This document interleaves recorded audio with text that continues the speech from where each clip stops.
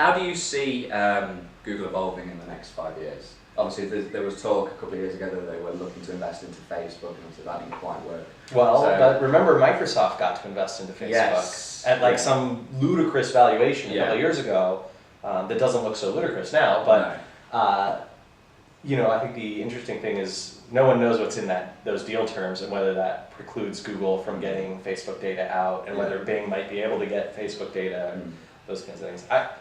I would say Google has clearly shown some intent with the launch of things like Google Buzz, and with the data deal they did with Twitter, that they care a lot more about signals other than just raw HTML links on the web, and they really care about what do people share, how do they share it, where can we get that data from.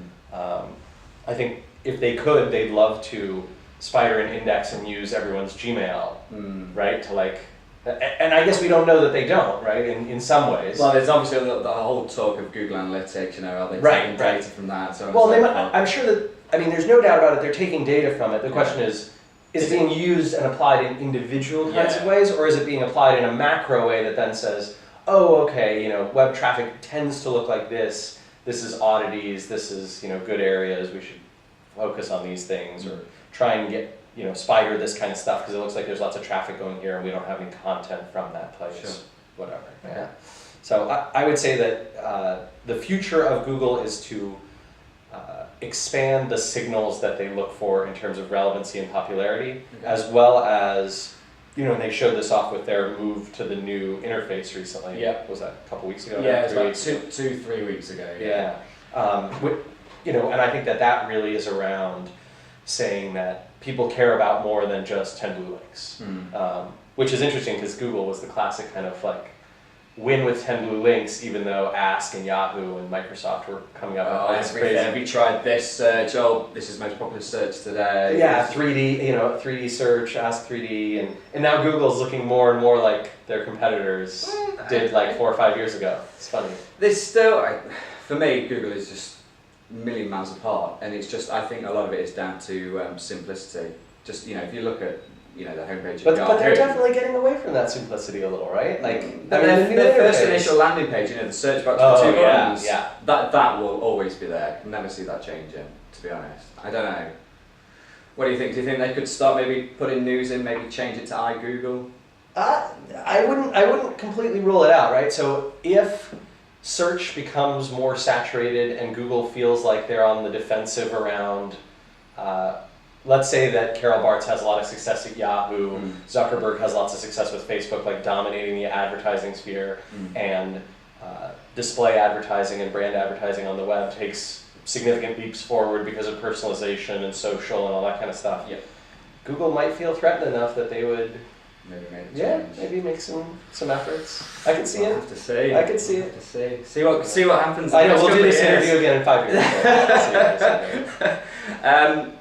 The big buzzword at the moment is conversion optimization, and I know it's something you've talked about beginning of this year. And I've had a couple of people ask me about it, but I think it'd be great to just kind of get your interpretation of what it really is, and kind of the process that involved with it. Sure, yeah, I mean, so I think the sad thing is that it's a buzzword this year when it should have been a buzzword since the internet started in 1994, right? Web design really kicked off, you know, 10 years ago. Yeah, I mean, it's crazy to think that we would not have thought about the internet the same way we think about anything else, right? People doing packaging design and doing, you know, store design and layout optimization and TV commercial optimization and you know, all these guys who like sell on the QVC and the like late night channels, right? They all work on how can I sell more of these products, and what if I demo it this way, will I sell more? And yet, conversion rate optimization, CRO, has been around, you know, a good decade on the internet, but it's just getting buzz in the marketing field, and that's weird. Essentially, it's that same process applied to the web. It's saying, what psychologies can I leverage? What can I change? What can I make better that will improve the number of people or improve the percentage of people who come and buy from me, or come and take some action on my site, right? Websites are not, unless you're just selling display advertising, that's your whole model, they're not just meant to be visited.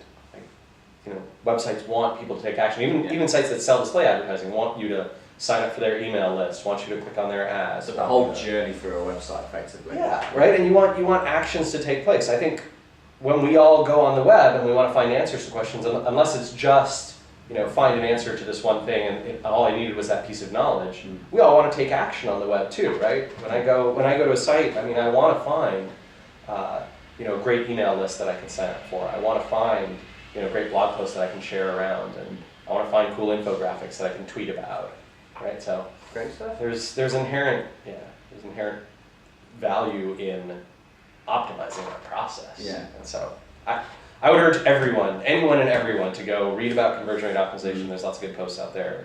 Do you think that the gap between kind of web design and SEO, do you think that could be brought further together really with that? Because obviously you design a website and you don't really kind of focus on the SEO. There's a conference going on at the moment just across the road in London, and they were talking about web designers should learn SEO because there's too much of a gap.